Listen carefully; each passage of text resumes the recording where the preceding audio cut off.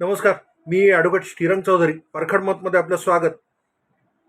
आर्थिकदृष्ट्या दुर्बल घटकांसाठीचं जे ईडब्ल्यूएस आरक्षण आहे, या ईडब्ल्यूएस आरक्षणाच्या संवैधानिकतेविषयी सुप्रीम कोर्टामध्ये संविधान पीठासमोर सुनावणी सुरू आहे आणि त्याच्यामध्ये वेगवेगळ्या वकिलांनी जे युक्तिवाद केले ईडब्ल्यूएस आरक्षणाच्या विरुद्ध, त्याच्याबाबत मी आपल्याला काल सांगितलं. त्याच्यावर आणखी एक व्हिडिओ करावा, कारण काही मुद्दे महत्त्वाचे आणि ते पिन पॉईंट सांगावेत अशी इच्छा आहे. अर्थात अजूनही याच्यामध्ये याचिकाकर्त्यांचा युक्तिवाद संपलेला नाही. याचिकाकर्त्यांचा युक्तिवाद मंगळवारी होईल आणि त्याच्यामध्ये एक म्हणजे सहज चर्चा जी झाली कोर्टामध्ये, त्याच्यात असं होतं की ज्येष्ठ विधिज्ञ गोपाळ शंकर नारायण जे आहेत ते का नाहीत, असं एका सुनावणीच्या वेळी विचारून झालं. त्याच्यावर उत्तर असं होतं की त्यांनी अशी विनंती केली होती की शेवटचा त्यांचा असावं युक्तिवाद. आणि गोपाळ शंकर नारायणनी परवा म्हणजे शुक्रवारी त्यांचा युक्तिवाद सादर केला आणि उरलेला युक्तिवाद ते मंगळवारी सादर करतील. म्हणजे त्या दिवशी कदाचित जे याचिकाकर्त्यांचं आरक्षणाच्या विरुद्धचे युक्तिवाद आहेत ते सगळे संपतील. त्याच्याविषयी पुढं अजून काही उरलं तर अजून एक भाग करावा लागणार. तर महत्त्वाचे काही जे मुद्दे आले नाहीत आधीच्या व्हिडिओमध्ये, ते एक असं आहे की सगळ्यात महत्त्वाचा जो आक्षेप या आरक्षणाविषयी आहे लोकांना, तो असा आहे की हे जे आरक्षण आहे हे समावेशक नाही आहे, इन्क्लुजनरी नाही, एक्सक्लुजनरी आहे. म्हणजे या आरक्षणाची तरतूद करताना आरक्षित वर्गांना वगळून हे आरक्षण देण्यात आलेलं आहे. आणि आरक्षित वर्गांना वगळून दिलेलं जे आरक्षण आहे किंवा कायद्यात काय असेल ते जे लिहिलेलं आहे संविधानात, म्हणजे अनुच्छेद 15(6) आणि अनुच्छेद 16(6)चं दोन पद्धतीने इंटरप्रिटेशन करता येतं, दोन पद्धतीने ते वाचता येतात. आणि एक असं मग तिथं आर्ग्यू करण्यात आलं कोर्टासमोर की हे अशा पद्धतीने वाचावं की ज्याच्यामुळं सगळ्याच वर्गांना, म्हणजे आरक्षित आणि अनारक्षित सगळ्याच वर्गांना ईडब्ल्यूएस आरक्षण लागू व्हावं. आणि तसं जर केलं तर मग न्यायमूर्तींनी विचारलं की तसं जर केलं तुमचं म्हणणं, तर आक्षेप तुम्हाला हा आहे की ईडब्ल्यूएस आरक्षणाला म्हणजे तुम्हाला आक्षेप नाही, आर्थिक निकषांवर आरक्षण देण्याला तुम्हाला आक्षेप नाही, 50%ची मर्यादा ओलांडला जाईल त्याला तुम्हाला आक्षेप नाही आहे. तुमचा आक्षेप फक्त एवढा आहे की आरक्षित वर्गांना याच्यातून वगळलं जातं. पण न्यायमूर्ती ललित म्हणाले की ही जी आरक्षितांना एक त्यांनी शब्द वापरला, they have already one umbrella, म्हणजे त्यांना आरक्षणाचं छत्र आहे आणि ते आरक्षणाचं जे छत्र आहे त्याच्यामुळं मग हे जे ईडब्ल्यूएस आरक्षण आहे ते त्यांना न देता लागू करण्यामध्ये तुम्हाला काय प्रॉब्लेम आहे. तर म्हणाले की 50%ची मर्यादा सुद्धा बेसिक स्ट्रक्चरचा भाग नाहीये. जर यामुळे संविधानाची इतर उद्दिष्टे पूर्ण होतात. संविधानाची इतर उद्दिष्टे म्हणजे काय की प्रतिनिधित्व त्यांना मिळावं, जास्तीत जास्त त्यांना संधी मिळाव्यात. आरक्षित किंवा आरक्षितचा पर्यायवाचक शब्द म्हणजे तथाकथित मागासवर्गीय. एक फार महत्वाचं सांगणं आहे हे, याच्या आधी मी कधी बोललो नाही आणि ह्याच्याविषयी वारंवार समान माध्यमांवर सुद्धा बोलून झाले अनेकांनी. अनेक लोक ह्याच्याविषयी ट्विट करतात की जे तथाकथित ऑपरेशन किंवा जी सामाजिक वंचना किंवा शोषण जे काय होतं तथाकथित, याचे पुरावे कुठं आहेत काय नाही हा भाग वेगळा, आता सध्या तो विषय नाही.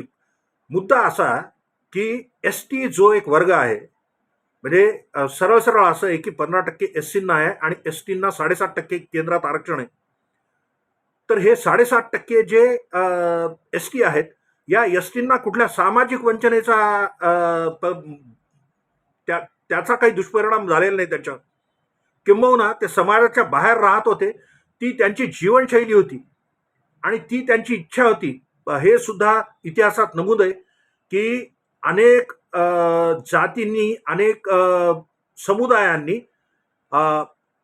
जे आदिवासी म्हणतात स्वतःला, त्या आदिवासी लोकांनी राष्ट्रीय प्रवाहात सामील होण्यापासून स्वतःला रोखलं.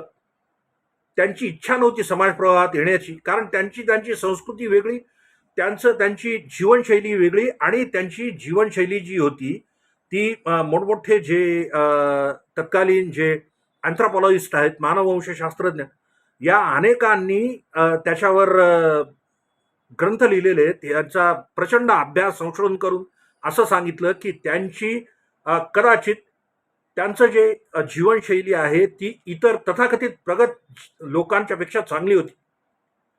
मुद्दा असा आहे की जे ऑप्रेस्ड म्हणतात, म्हणजे शोषित शोषित शोषित हा जो जयघोष चाललेला आहे, ह्या शोषणाचा आणि अनुसूचित जमातींचा काहीही संबंध नाही. काय कमिंग बॅक टू रिपॅरेटिव्ह जस्टिस, तर त्या रिपॅरेटिव्ह जस्टिसचा जर पुढं नेता येत असेल आपला कार्यक्रम, तर मग कोर्टाने असं विचारलं होतं की तुम्ही जसं म्हणताय तसं जर ईडब्ल्यूएसचं आरक्षण इतर सगळ्या लोकांना देऊ केलं तर त्याच्यामुळं टक्का तर वाढणार आहे ना 50%. तर ते म्हणले हे संविधानाची उद्दिष्ट पूर्ण होणार असतील तर ते काय बेसिक स्ट्रक्चरचा भाग नाहीये आणि त्याच्यामुळं 50%चे 60% झाले तरी हरकत नाही. ह्याच्याविषयी एक वाक्यता नाहीये स्पष्ट. त्याच्यानंतर आर्ग्यू करणारे जे वकील होते त्यांनी असं सांगितलं की 50%ची मर्यादा 130 जजेस आणि 75 वर्ष सुप्रीम कोर्टाचे ह्या कालावधीमध्ये आणि 130 जजेसच्या विवेकानुसार ही मर्यादा जी ठरलेली आहे त्या मर्यादेचा वारंवार पुनरुच्चार सुप्रीम कोर्टाने केलेला आहे.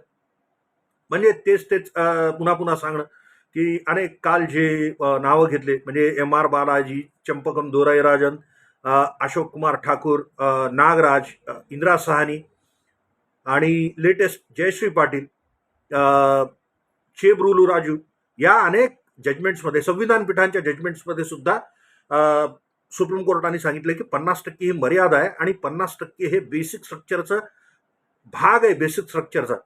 कारण 50%मुळं समानतेची हमी मिळते असं एका हातावर असं म्हणतात हे लोक की 50% बेसिक स्ट्रक्चर आहे. आणि एक युक्तिवाद तर असा झाला ज्यावर युक्तिवाद त्या दिवशी थांबले शुक्रवारी.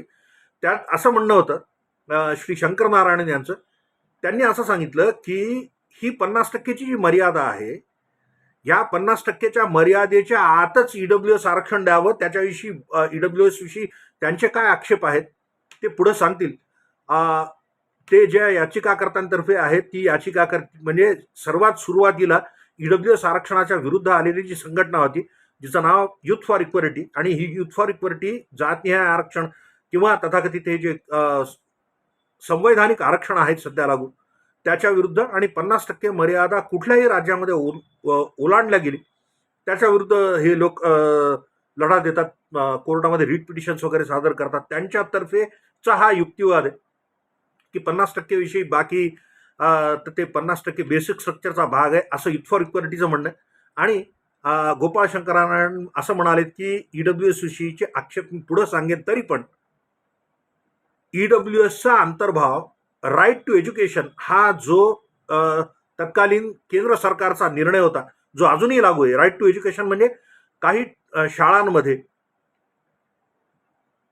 सरकारी रीतीने काही विशिष्ट वर्गांना प्रवेश द्यावा लागतो त्यांना प्रत्येक शाळेत.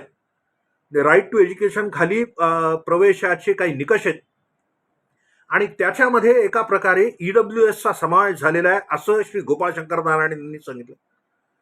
अजून एक असं सांगितलं त्यांनी की हे जे आरक्षण हा एकमेव मार्ग आहे ज्याच्यामुळं प्रतिनिधित्वाची हमी मिळते तथाकथित वंचित शोषित वर्गाला, आणि या वंचित शोषित वर्गाला प्रतिनिधित्व मिळावं पुरेसं यासाठी आरक्षण सोडून जर कुठला उपाय असेल तर तो उपाय कोणीतरी सुचवावा. आरक्षण जे आहे ते असं बोलता बोलता युक्ती करण्यात आलं की ते अरबी महासागरात आम्ही नेऊन फेकू आरक्षण. हा खैर ते बोलण्याच्या ओघात बोलून गेले आर्ग्युमेंट. मुद्दा असा आहे की आरक्षण जर इतकं आहे अव्यवहार्य किंवा अपरिहार्य आहे, आरक्षण व्यवहार्य नाही अपरिहार्य आरक्षण प्रतिनिधित्वासाठी, तसं ह्याचा जो उद्देश आहे ईडब्ल्यूएसचा आर्थिकदृष्ट्या दुर्बल घटकांना देऊ करण्यात आलेल्या आरक्षणाचा उद्देश आहे की जे त्यांच्या आर्थिक दुर्बलतेमुळं संधींचा संकोच होतो त्यांच्यासाठीचं हे आरक्षण आहे. त्यांना देऊ करताना मग काय म्हणतात की अफर्मेटिव्ह ऍक्शनचे इतर प्रकार तुम्ही चोखाळून बघा. इतर प्रकार काय आहेत अफर्मेटिव्ह ऍक्शनचे? की आर्थिक मदत करा. मग ती आर्थिक मदत केवळ जे तथाकथित प्रगत आहेत त्यांनाच का द्यावी?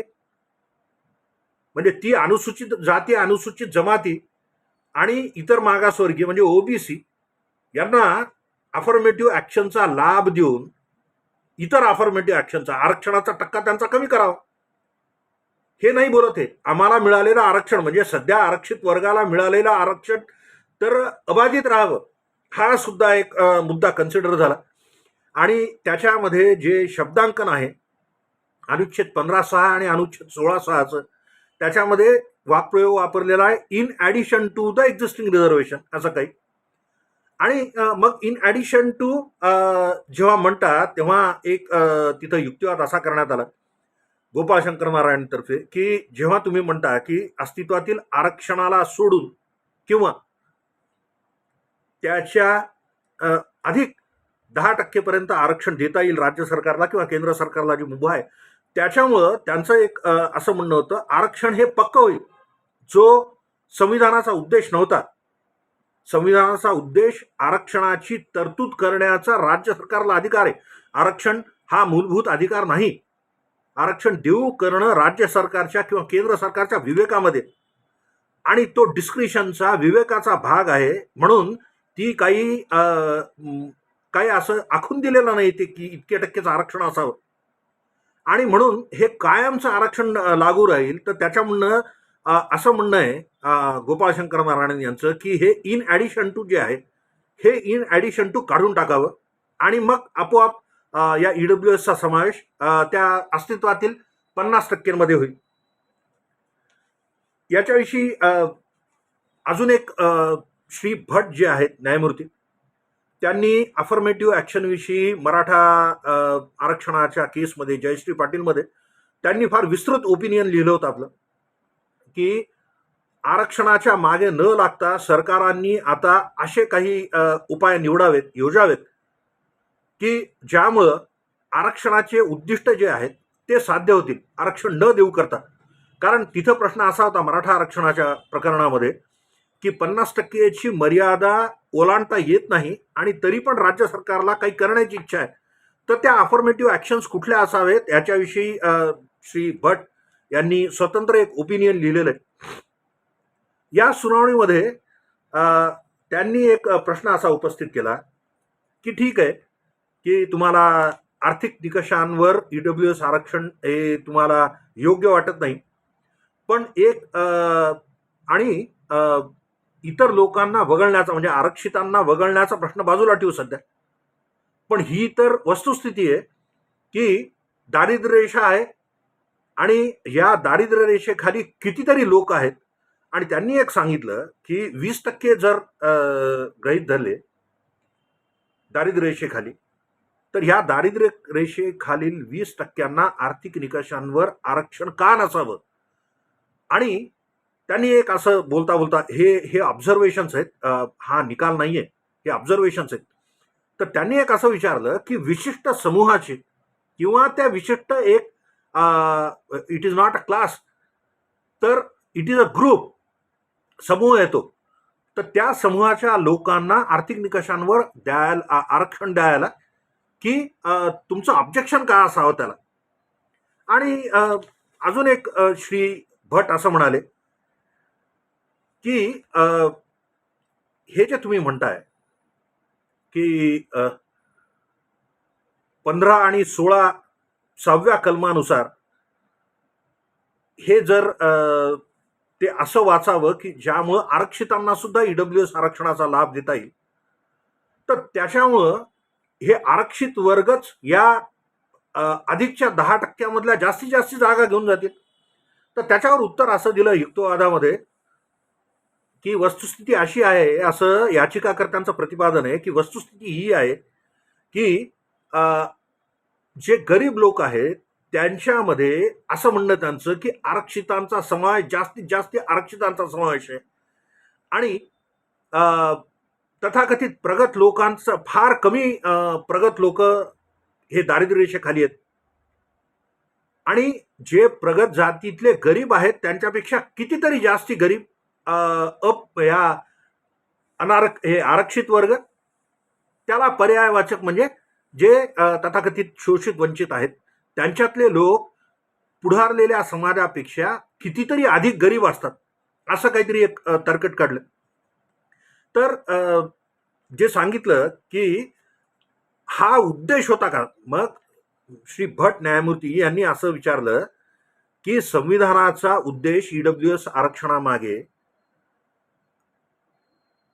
आरक्षित वर्गांना जास्तीत जास्त वाटा जावा असा उद्देश होता का संविधानाचा? तसा तर नव्हता.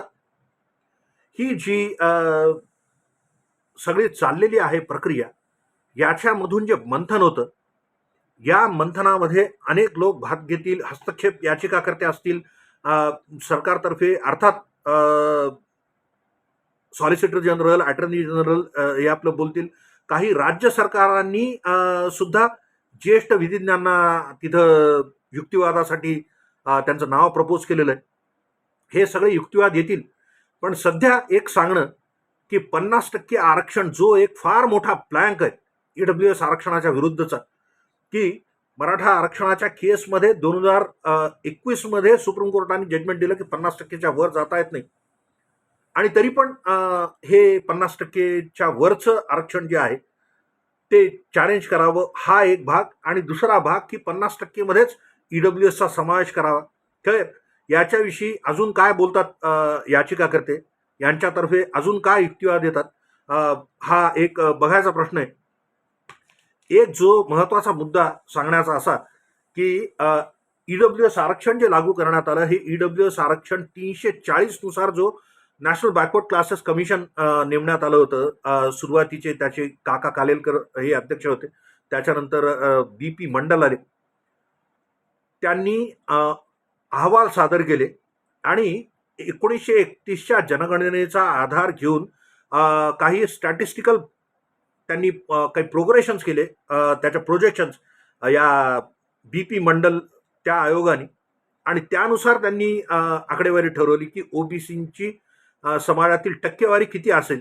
त्यावेळेला जेव्हा त्यांनी त्या आयोगाचा अहवाल दिला, म्हणजे 1979 मध्ये काय समाजाची स्थिती असेल, रेट ऑफ ग्रोथ वगैरे, ते जे काय स्टॅटिस्टिकल सांख्यिकी ते टूल्स असतील त्यांच्याकडे, त्याचा वापर करून त्यांनी ठरवलं. तसं ईडब्ल्यूएस विषयी न कुठल्या आयोगाचा अहवाल होता, न कुठला संकलित डाटा आहे, आणि असं असताना सुद्धा एक सुटसुटीत व्याख्या केली, आणि जी याचिकाकर्त्यांचं म्हणणं आहे की चूक आहे व्याख्या.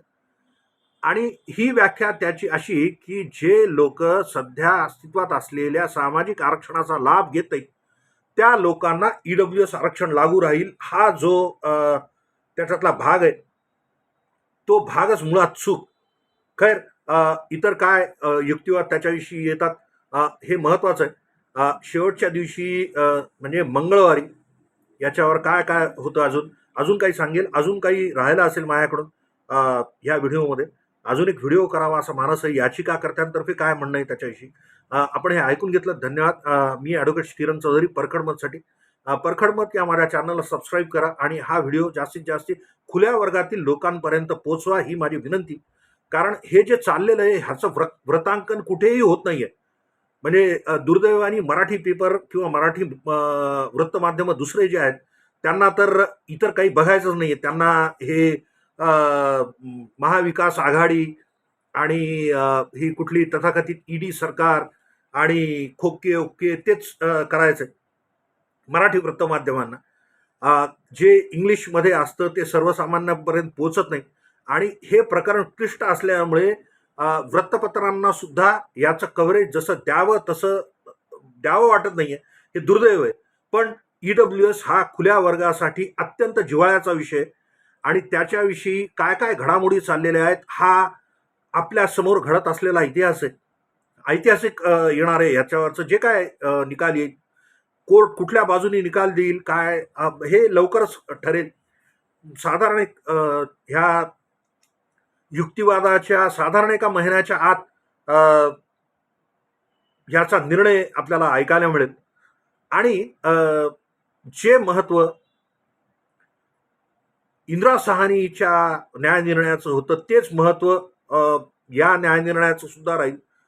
अल्टिमेट एक सांगणं असं याच्या बाबतीत की सुप्रीम कोर्टामध्ये मराठा आरक्षणाची सुनावणी सुरू होती तेव्हा मराठा आरक्षणाच्या समर्थनार्थ बोलणाऱ्या एका वकील साहेबांनी असं प्रपोजिशन दिलं होतं सुप्रीम कोर्टाला की सगळे आरक्षण इतर रद्द करा आणि केवळ आर्थिक निकषांवरच आरक्षण द्या. सुप्रीम कोर्टाने बोलता बोलता असं सांगितलं.